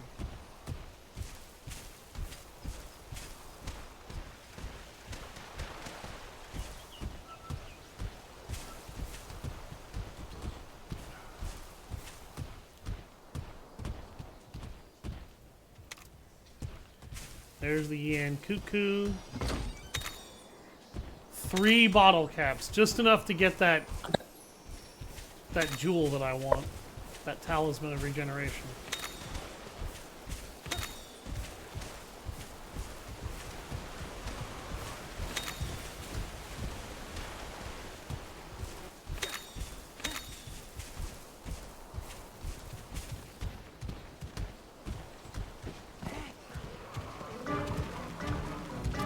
There's the fucking Yan Cuckoo.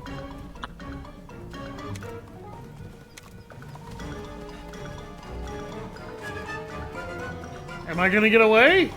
It lost me! It lost me because I got into the egg stealing animation. What the fuck? Oh, that's incredible.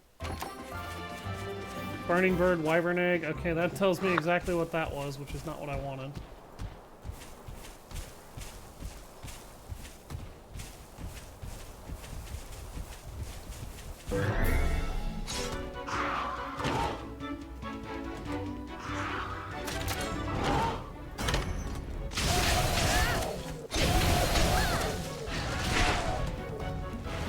Damn.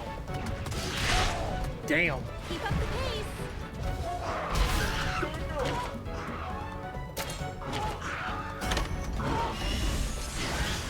Synchronize!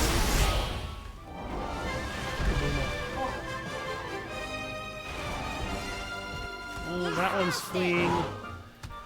I'll be honest with you. I don't want an Aptonoth egg. I already have an Aptonoth. I don't need another one. I'm gonna ignore that particular den.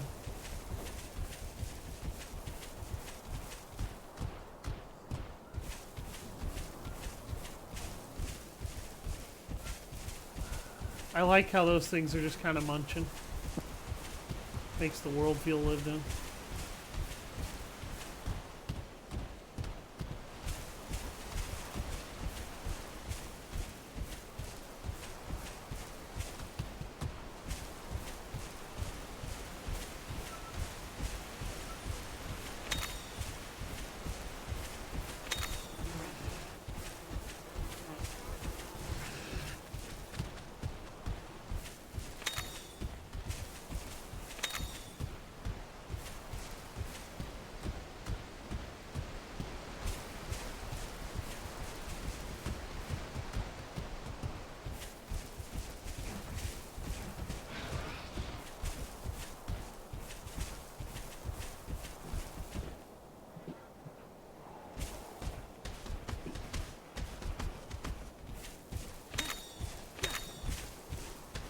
Snag some blue shrooms.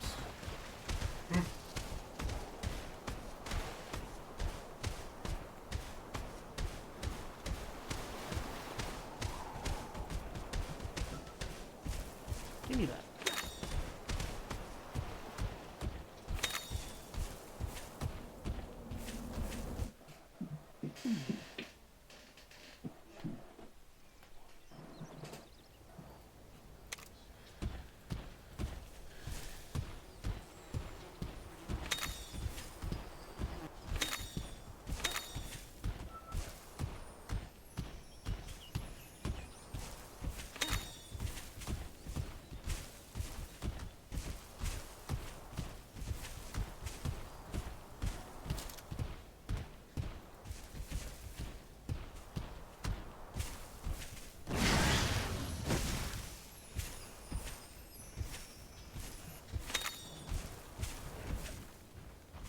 Damn it.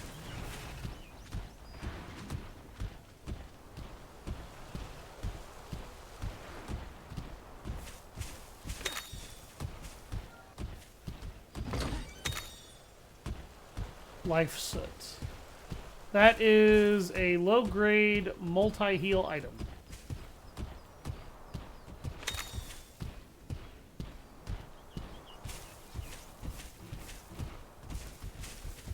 By multi-heal, I mean it heals the entire party, not one person.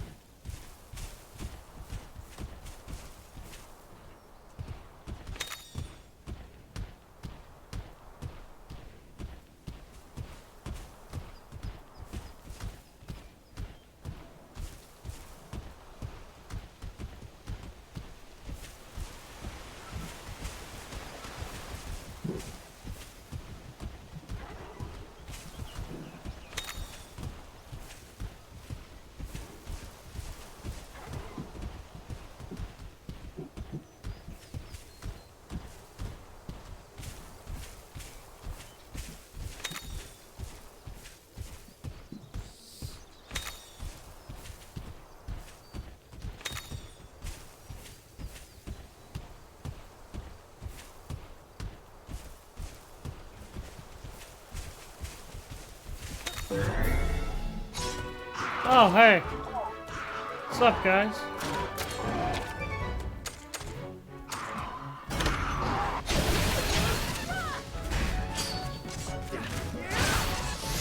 That's the way.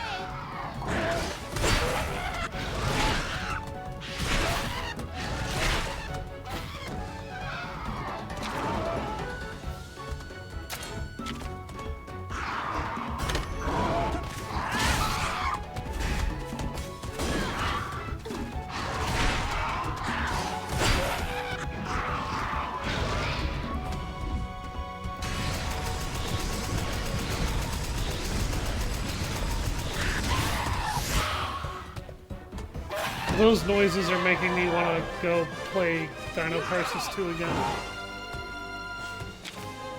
They're using a lot of the sound effects from Dino Crisis 2.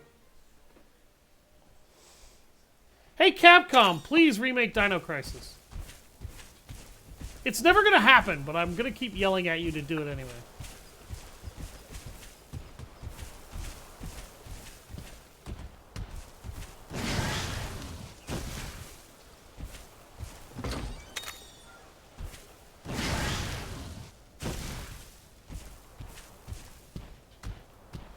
For anybody who doesn't know, Dino Crisis was one of the greatest survival horror PS1 shooters.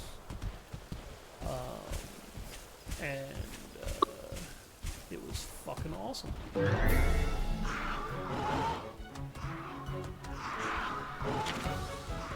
They really are using those same sound effects. I didn't think about it. I really didn't think about it until now. I know they own both franchises, but they gave the Velociprey the sound effect from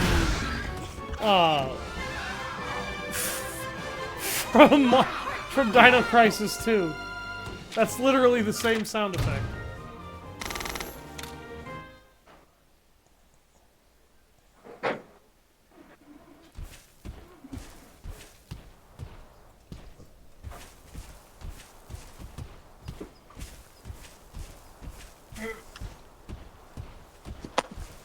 Poisonous Peril.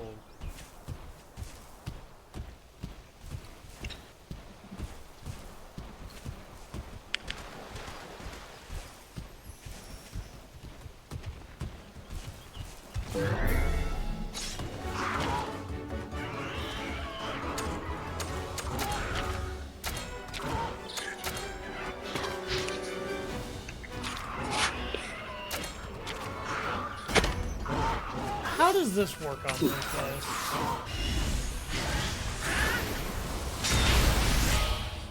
Eyes on the prize.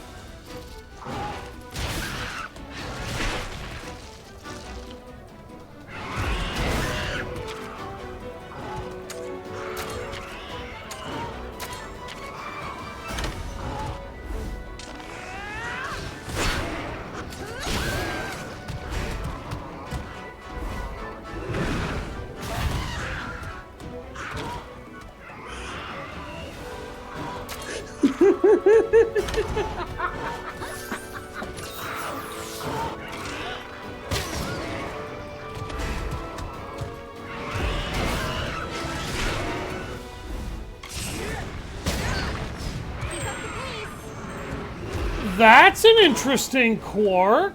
My weapon can attack twice on a second turn if I charge the first turn.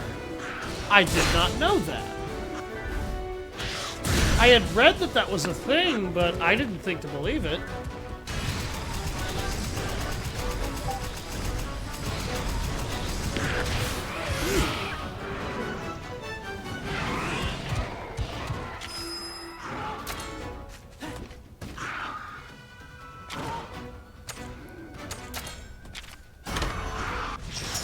Are you ready to die?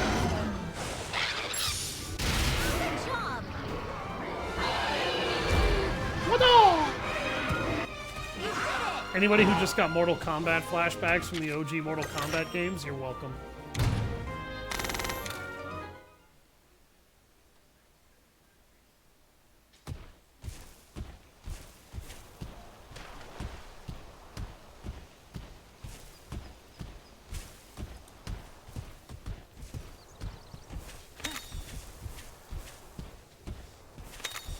Mortal Kombat Shaolin Monks needs to be remade.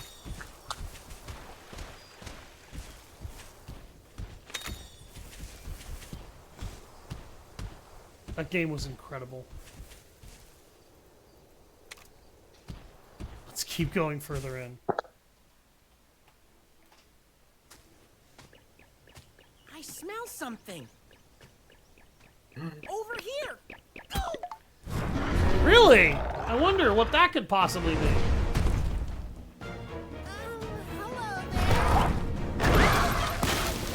I don't think he likes you touching him randomly when he's, you know, in his den, supposed to be safe.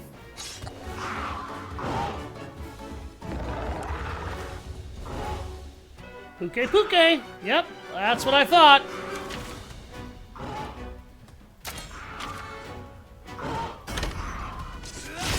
Venom shot. Okay. These guys are particularly weak to the slash hammer. Or slash weapon.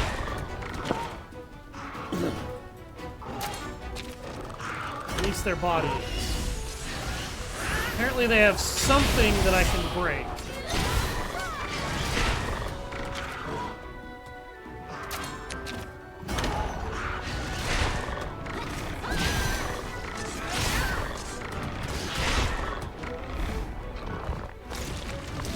Lunchtime?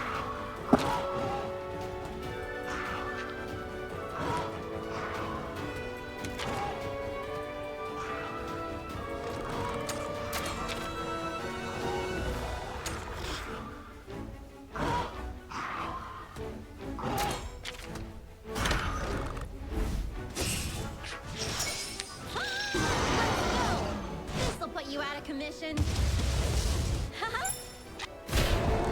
Totally doesn't kill him. Heartbroken.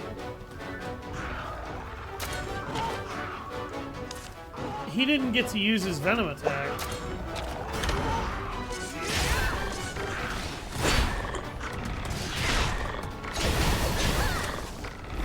Oh, this is gonna suck. Ew! He farted on everybody! Which monster you? It's Which the monster you Puke Puke. He just shat everywhere with nasty ass poison. Yeah, he's not the worst monster to do that. I'd probably have to go to the stupid monkey. That would be the Conga Lala, sir. Let's get that correct. Ow! Okay, the stupid Pala. And yes, I hate the fart monkey too.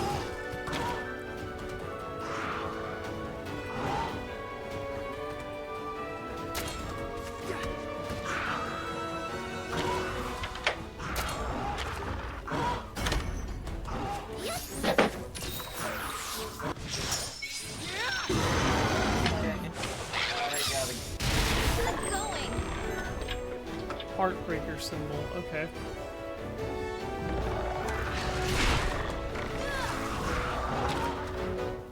I gotta go.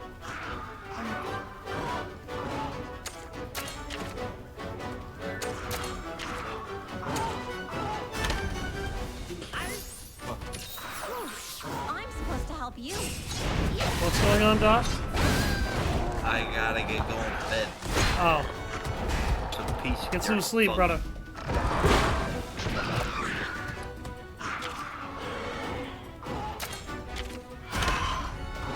Have a good night, Alan.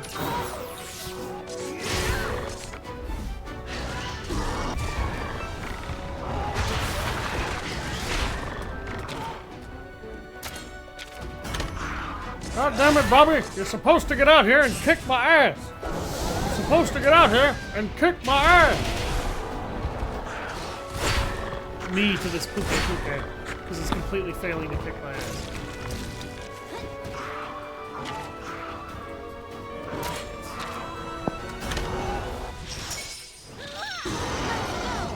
This'll put you out of commission.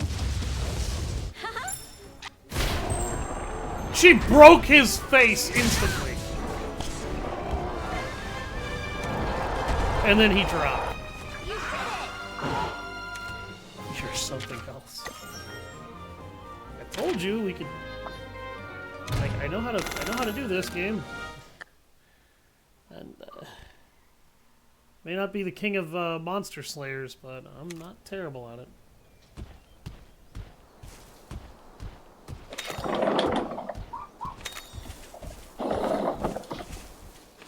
The fuck is that? Fox, what are you doing? I was opening the door to let my dog in. Oh, Fucking cold outside. I know it's cold outside. The other one's still barking her head off. Wet as fuck outside, too.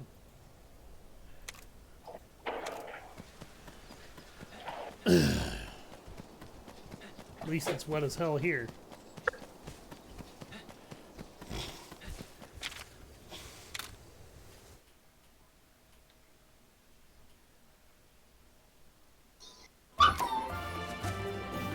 Humble bird wyvern egg. Damn it, I'm positive that's not the Puke Puke. And I want the Puke Puke. I want the poison lizard.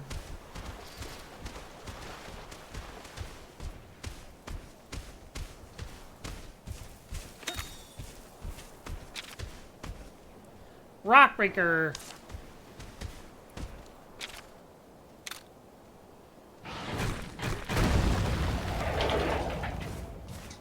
Give me that.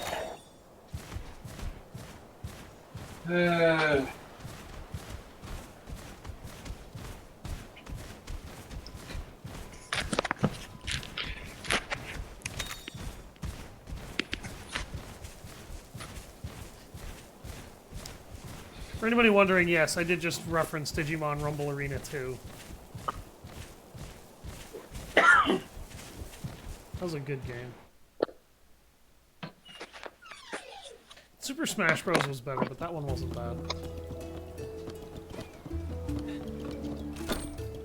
Almost everyone that's tried to copy Smash has kind of failed at it. Yeah, I swear Rumble Arena was an attempt at a Smash clone, but it wasn't a bad game. Yeah, Multiverses was bad. The Nickelodeon one was bad. Are there any others that I'm missing?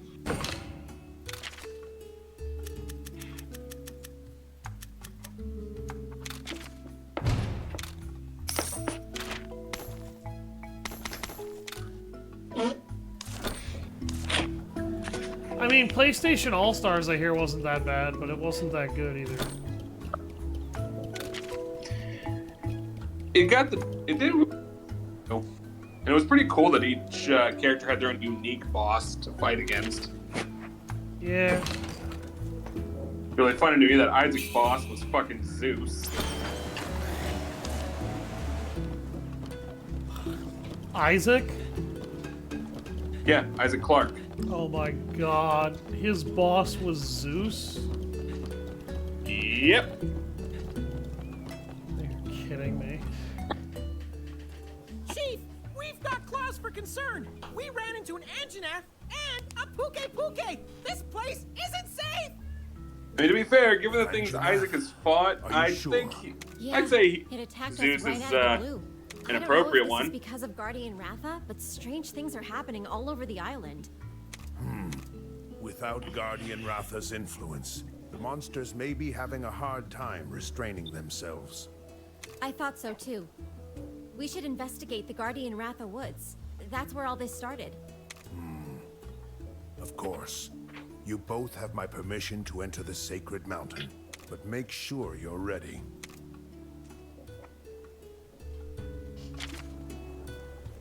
After the Anjanath, you encounter a Puke Puke. Now, the Guardian Ratha being gone, rampaging monsters terrorize the land.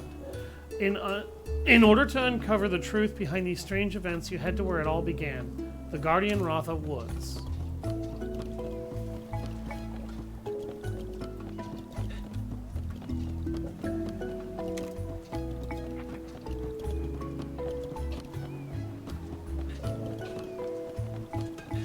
Welcome.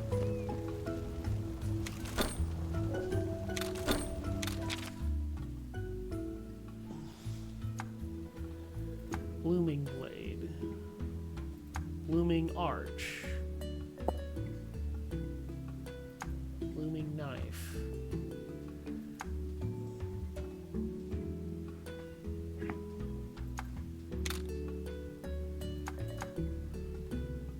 It's kind of interesting to me that the hunters all seem to be left-handed.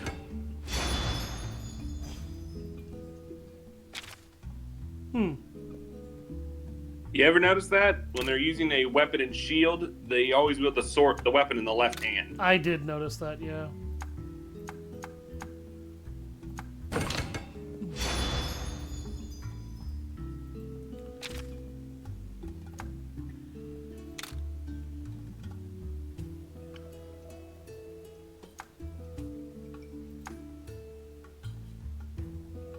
Piercing and sleep coating, okay. Well, I want the poison coating because poison is just really good.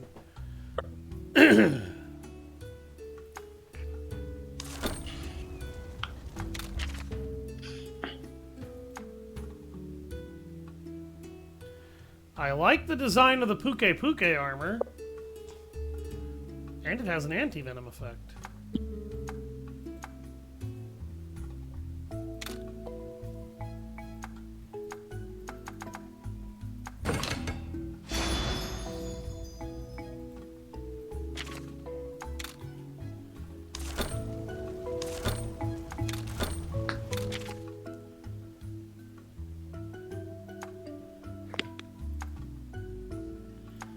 This weapon has way better defense. I need to get Puke Puke parts in order to be able to use it.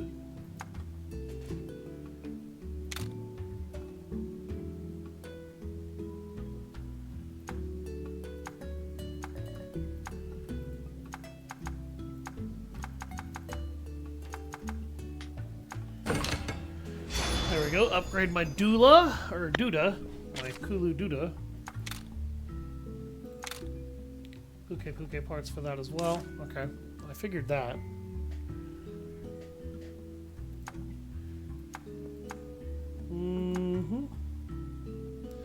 Okay, so I really need to go hunting Puke Puke. Thank you. So that I can upgrade my new weapons.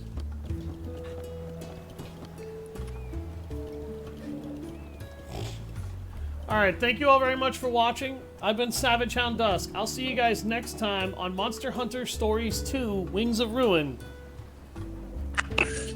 Can we take on the next big threat? I will probably do a little bit of Puke Puke hunting off camera, just to be able to get those upgrades out of the way and not have to waste your guys' time with me doing that.